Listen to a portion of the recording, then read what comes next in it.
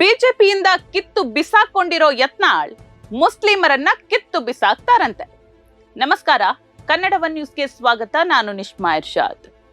ಇತ್ತೀಚೆಗೆ ವಿಜಯಪುರದ ಶಾಸಕ ಬಸನಗೌಡ ಪಾಟೀಲ್ ಯತ್ನಾಳ್ ಮುಸಲ್ಮಾನರ ಮೇಲೆ ದ್ವೇಷದ ವಿಷ ಕಾರಿದ್ದಾರೆ.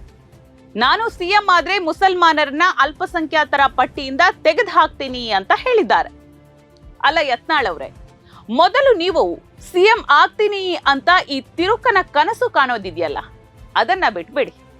ನಿಮಗಿಂತ ಹೀನ ಮನಸ್ಥಿತಿಯ ಬಿಜೆಪಿಯೇ ನಿಮ್ಮನ್ನ ಹತ್ತಿರಕ್ಕೆ ಸೇರಿಸ್ತಾ ಇಲ್ಲ, ಪಕ್ಕದಲ್ಲಿ ಕೂರಿಸ್ತಾ ಇಲ್ಲ. ಇನ್ನು ನೀವು ಮೊದಲು ನಿಮ್ಮ ರಾಜಕೀಯ ಅಸ್ತಿತ್ವವನ್ನ ಉಳಿಸ್ಕೊಳ್ಳಿ, ಆಮೇಲೆ ಸಿಎಂ ಆಗುವ ಹಗಲು ಕನಸಿದೆಯಲ್ಲ ಅದನ್ನ ಕಾಣಬಹುದು. ನಿಮ್ಮ ಈ ಕೋಮು ಅಜೆಂಡಾಗೆ ಬಾಬಾ ಸಾಹೇಬ್ ಅಂಬೇಡ್ಕರ್ ಅವರ ಹೆಸರನ್ನ ಎಳೆದು ತರ್ತಿದ್ದೀರಲ್ಲ, ಇದು ಅಂಬೇಡ್ಕರ್ ಅವರಿಗೆ ನೀವು ಮಾಡ್ತಾ ಇರೋ ಅತಿ ದೊಡ್ಡ ಅವಮಾನ. ನೀವು ಅಂಬೇಡ್ಕರ್ ಅವರ ಥಾಟ್ಸ್ ಆನ್ ಪಾಕಿಸ್ತಾನ್ ಪುಸ್ತಕದ ಬಗ್ಗೆ ಮಾತನಾಡ್ತೀರಿ. ಆ ಪುಸ್ತಕದಲ್ಲಿ ಅವರು ದೇಶ ವಿಭಜನೆಯ ಸಂದರ್ಭದ ವಾಸ್ತವಗಳನ್ನ ವಿಶ್ಲೇಷಿಸಿದ್ರು ಅನ್ನೋದು ನಿಜ.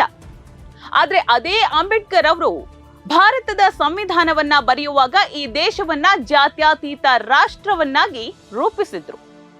ಇಲ್ಲಿರುವ ಪ್ರತಿಯೊಬ್ಬ ಮುಸ್ಲಿಂ, ಕ್ರಿಶ್ಚಿಯನ್, ಸಿಖ್ ಅಥವಾ ಜೈನ ಈ ದೇಶದ ಸಮಾನ ಹಕ್ಕುದಾರ ಅಂತ ಸಾರಿದ್ರು. ಪುಸ್ತಕದ ಒಂದು ಸಾಲನ್ನ ಹಿಡಿದು ಕುಣಿಯುವ ಮುನ್ನ ಅದೇ ಸಂವಿಧಾನದ ಸಾವಿರಾರು ಪುಟಗಳ ಆಶಯವನ್ನ ಓದೋ ತಾಕತ್ತು ನಿಮ್ಗಿದ್ಯಾ? ಯತ್ನಾಳ್ ಅವರೇ, ಮುಸಲ್ಮಾನರನ್ನ ಅಲ್ಪಸಂಖ್ಯಾತರ ಪಟ್ಟಿಯಿಂದ ತೆಗೆದು ಹಾಕ್ತೀನಿ ಅಂತ ಹೇಳ್ತೀರಲ್ಲ, ಅದೇ ನಿಮ್ಮನೆ ಆಸ್ತಿನ? ಭಾರತದ ಸಂವಿಧಾನದ 29 ಮತ್ತು 30ನೆಯ ವಿಧಿಯಡಿ ಅಲ್ಪಸಂಖ್ಯಾತರಿಗೆ ರಕ್ಷಣೆ ನೀಡಲಾಗಿದೆ. ಸುಪ್ರೀಂ ಕೋರ್ಟ್ ಕೂಡ ಹಲವು ಬಾರಿ ಈ ಹಕ್ಕುಗಳನ್ನ ಎತ್ತಿ ಹಿಡಿದಿದೆ. ಇದ್ರ ಬಗ್ಗೆ ಕನಿಷ್ಠ ಜ್ಞಾನವಾದ್ರೂ ನಿಮ್ಗಿದ್ಯೇನ್ರಿ? ಜನರ ಮಧ್ಯೆ ಬೆಂಕಿ ಹಚ್ಚಿ ವೋಟ್ ಬ್ಯಾಂಕ್ ರಾಜಕೀಯ ಮಾಡೋದನ್ನ ಬಿಟ್ಟು ಅಭಿವೃದ್ಧಿಯ ಬಗ್ಗೆ ಮೊದಲು ಮಾತನಾಡಿ. ಉತ್ತರ ಕರ್ನಾಟಕದ ಜ್ವಲಂತ ಸಮಸ್ಯೆಗಳ ಬಗ್ಗೆ ಧ್ವನಿ ಎತ್ತಿ. ಇನ್ನು ಪೊಲೀಸ್ ಟ್ರೈನಿಂಗ್ ಬಗ್ಗೆ ಮಾತನಾಡ್ತಾ ಜಮೀರ್ ಅಹ್ಮದ್ ಮೇಲೆ ಆರೋಪ ಮಾಡಿದ್ರಿ ಅಲ್ವಾ? ಯತ್ನಾಳ್ ಅವರೇ, ಅಲ್ಪಸಂಖ್ಯಾತ ಇಲಾಖೆ ಇರೋದೇ ಆ ಸಮುದಾಯದ ಯುವಕರ ಶೈಕ್ಷಣಿಕ ಮತ್ತು ವೃತ್ತಿಪರ ಏಳಿಗೆಗೆ.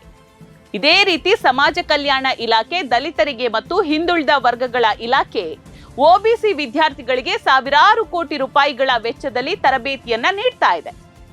ಈ ಸತ್ಯ ಗೊತ್ತಿದ್ದು ಯಾಕೆ ಸುಳ್ಳು ಹೇಳಿ ದಲಿತರು ಮತ್ತು ಮುಸ್ಲಿಮರ ಮಧ್ಯೆ ತಂದಿಡುವ ಕೆಲಸ ಮಾಡ್ತಿದ್ದೀರಿ?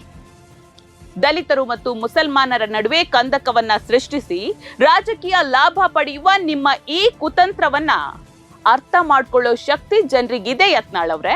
ಅಂಬೇಡ್ಕರ್ ಅವರು ಗಾಂಧೀಜಿಯವರನ್ನ ಟೀಕಿಸಿದ್ರು ಅನ್ನೋ ಮೂಲಕ ನೀವು ಯಾವುದೋ ದೊಡ್ಡ ಗುಟ್ಟು ರಟ್ಟು ಮಾಡಿದಂತೆ ಆಡ್ತಾ ಇದ್ದೀರಿ. ಅಂಬೇಡ್ಕರ್ ಮತ್ತು ಗಾಂಧೀಜಿ ನಡುವೆ ಸೈದ್ಧಾಂತಿಕ ಭಿನ್ನಾಭಿಪ್ರಾಯಗಳಿದ್ವು ಅನ್ನೋದು ಇತಿಹಾಸದ ಪುಟಗಳಲ್ಲಿ ದಾಖಲಾಗಿವೆ.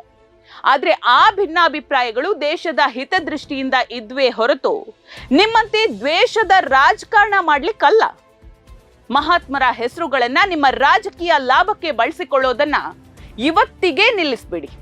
ಬೆಲೆ ಏರಿಕೆ, ನಿರುದ್ಯೋಗ, ಭ್ರಷ್ಟಾಚಾರ ಮತ್ತು ರೈತರ ಸಮಸ್ಯೆಗಳ ಬಗ್ಗೆ ಚರ್ಚೆ ಬಂದಾಗೆಲ್ಲ ನೀವು ಮುಸ್ಲಿಂ ದ್ವೇಷದ ಹೇಳಿಕೆಗಳನ್ನ ನೀಡ್ತೀರಿ. ಇದು ಜನರ ಗಮನವನ್ನ ನೈಜ ಸಮಸ್ಯೆಯಿಂದ ಬೇರೆ ಕಡೆಗೆ ಸೆಳೆಯೋ ತಂತ್ರ ಅನ್ನೋದು ಕನ್ನಡಿಗರಿಗೆ ಚೆನ್ನಾಗೇ ಗೊತ್ತಿದೆ. ಒಬ್ಬ ಹಿರಿಯ ಶಾಸಕರಾಗಿ ನಿಮ್ಮ ಕ್ಷೇತ್ರದಲ್ಲಿ ಎಷ್ಟು ಶಾಲೆಗಳನ್ನ ಕಟ್ಟಿದ್ದೀರಿ, ಎಷ್ಟು ಯುವಕರಿಗೆ ಉದ್ಯೋಗ ಕೊಡಿಸಿದ್ದೀರಿ ಅಂತ ಸ್ವಲ್ಪ ಹೇಳಿ.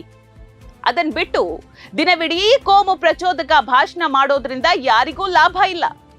ರಾಜ್ಯದ ಅಭಿವೃದ್ಧಿಯ ಬಗ್ಗೆ ಮಾತನಾಡೋದಕ್ಕೆ ನಿಮ್ಗೆ ವಿಷಯಗಳೇ ಇಲ್ವಾ? ಕೊನೆಯದಾಗಿ ಯತ್ನಾಳ್ ಅವರೇ, ನೆನಪಿಡಿ, ಈ ದೇಶ ನಡೆಯೋದು ನಿಮ್ಮ ಅಥವಾ ನಿಮ್ಮ ಸಿದ್ಧಾಂತದ ಅಪ್ಪಣೆಯ ಮೇಲಲ್ಲ, ಬಾಬಾ ಸಾಹೇಬ್ ಅಂಬೇಡ್ಕರ್ ಅವರು ಬರೆದ ಸಂವಿಧಾನದ ಮೇಲೆ. ಇನ್ನು ನಿಮ್ಮ ಈ ಹಗಲು ಕನಸಿದ್ಯಲ್ಲ, ಅದು ನನ್ಸಾಗುತ್ತೋ ಇಲ್ವೋ ನಮಗ್ ಗೊತ್ತಿಲ್ಲ. ಆದ್ರೆ ನಿಮ್ಮ ಈ ವಿಷಕಾರಿ ಮಾತುಗಳು ಕನ್ನಡಿಗರ ಸೌಹಾರ್ದತೆಯನ್ನ ಹಾಳು ಮಾಡೋದು ಗ್ಯಾರಂಟಿ. ಕರ್ನಾಟಕವು ಬಸವಣ್ಣ ಮತ್ತು ಅಂಬೇಡ್ಕರ್ ಅವರ ಆಶಯದಂತೆ ಎಲ್ಲರನ್ನೂ ಸಮಾನವಾಗಿ ಕಾಣೋ ನಾಡು. ಇಲ್ಲಿ ನಿಮ್ಮ ದ್ವೇಷದ ರಾಜಕಾರಣ ಹೆಚ್ಚು ಕಾಲ ನಡೆಯೋದಿಲ್ಲ. ಸಂವಿಧಾನದ ಆಶಯದಂತೆ ಬದುಕೋದನ್ನ ಕಲಿಯಿರಿ. ಕನ್ನಡಿಗರು ನಿಮ್ಮನ್ನ ಗಮನಿಸ್ತಿದ್ದಾರೆ, ಎಚ್ಚರ ಇರಲಿ. ನೋಡ್ತಾ ಇರಿ ಸಮಾಜಕ್ಕಾಗಿ ಕನ್ನಡ ಒನ್ ನ್ಯೂಸ್.